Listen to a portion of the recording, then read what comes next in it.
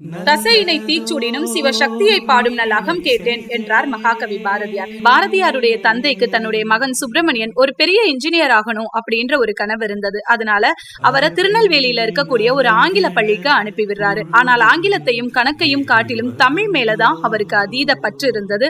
தமிழன்னை அவரை வாரி அணைத்துக் கொண்டாள் அப்படின்னே சொல்லணும். பிற்காலத்தில் ஆங்கிலம், பெங்காலி, சமஸ்கிருதம் அப்படின்னு சொல்லி எத்தனையோ மொழிகள் படிச்சிருந்தாலும் பாரதியார் யாமறிந்த மொழிகளிலே தமிழ் மொழி போல் இனிதாவது எங்கும் காணும் அப்படின்னு சொல்லி தமிழ் அன்னைக்கு மகுடம் சூட்டினாரு.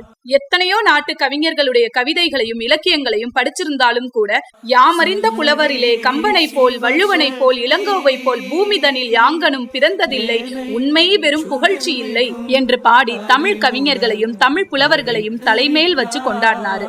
இலக்கியம், விடுதலை, மொழிபெயர்ப்பு, பத்திரிகை துறை அப்படின்னு எத்தனையோ துறைகள்ல எவ்வளவோ பாடல்கள் அவர் எழுதியிருந்தாலும் கூட பெண் விடுதலைக்காக, பெண் கல்விக்காக, பெண்களுக்காக அவர் கொடுத்த குரல் புதுமை பெண்களாய், புரட்சி பெண்களாய் மிளிர துடிக்கும் இன்றைய பெண்களினுடைய மனதிலும் கூட ஒலிக்கும் ஒரு தெய்வீக குரல். பாரதியோட கவிதை நதியில பயணம் செய்யறதே ஒரு தனி சுகம். பெண்களுக்காக பாரதியார் எழுதின கவிதைகளை நாம் வாசிக்கிற பொழுது ஒரு புது சக்தி பிறக்கும். அப்படி எனக்குள் ஒரு புது சக்தியை உருவாக்கிய பாரதியின் கவிதை, ஆணும் பெண்ணும் நிகரெனக் கொள்வதால் அறிவில் ஓங்கி இவ்வையம் தழைக்குமாம், பூணும் நல்லறத்தோடு பெண்ணுரு போந்து நிற்பது தாய் சிவ சக்தியாம், அச்சமும் நானும் நாய்கட்கு வேணுமாம், ஞான நல்லறம் வீர சுதந்திரம் பேணும் நற்கடி பெண்மையின் குணங்களாம், பெண்மை தெய்வத்தின் பேச்சுக்கள் கேட்டீரோ என்ற பாடல். சொந்த நாட்டிலே அடிமைகளாக இருந்த இந்தியர்களுக்காக மட்டும் இல்லாமல் சொந்த வீட்டிலே அடிமைகளாக இருந்த பெண்களுக்காக குரல் கொடுத்த பாரதி ஒரு தனிப்பெரும் சகாப்தம்.